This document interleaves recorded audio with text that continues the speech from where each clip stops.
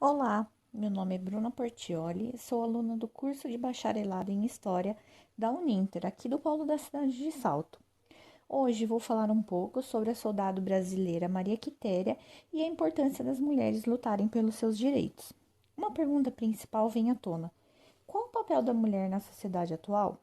Pode-se afirmar que a mulher de hoje tem uma maior autonomia, liberdade de expressão, bem como emancipou seu corpo, suas ideias e posicionamentos outrora sufocados.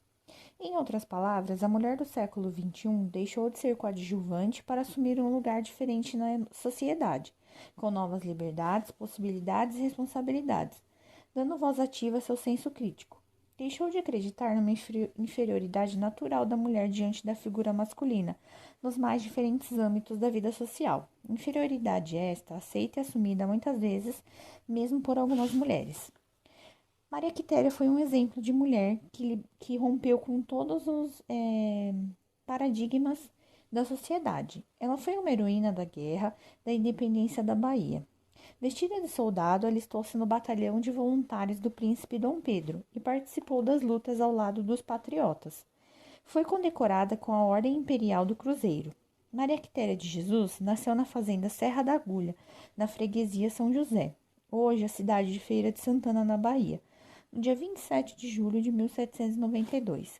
Era filha do fazendeiro português Gonçalo Alves Almeida e de Joana Maria de Jesus.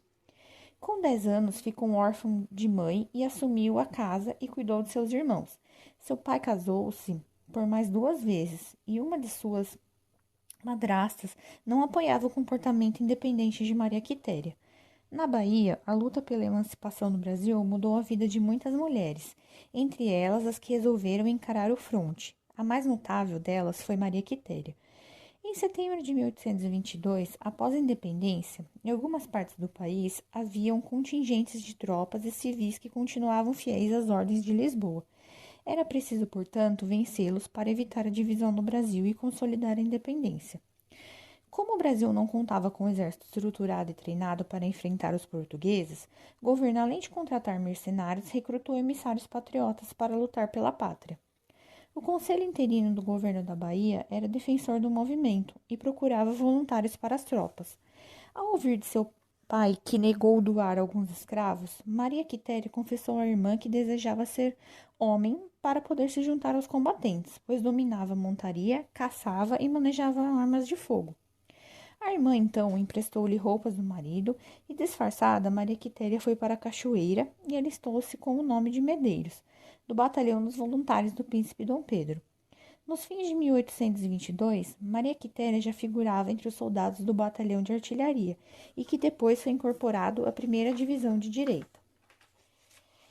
Esse batalhão, que recebe o nome mais tarde de Periquitos, por ter em cor de suas fardas verde. No dia 31 de março, Maria Quitéria já era então primeiro cadete e recebe uma espada e seus acessórios.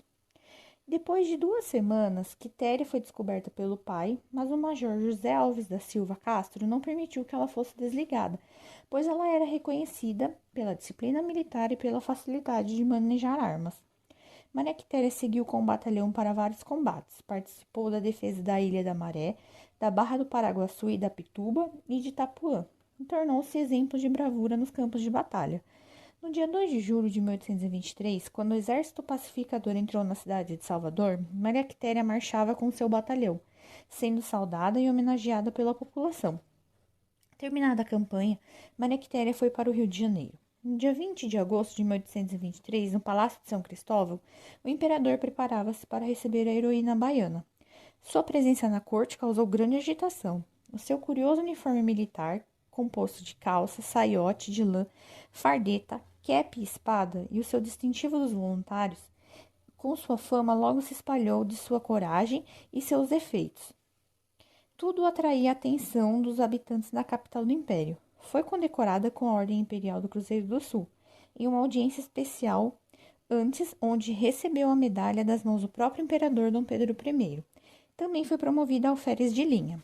Reformada como um soldo de alferes, Maria Quitéria voltou para a Bahia com uma carta do imperador dirigida ao seu pai, pedindo que ele fosse perdoado pela desobediência.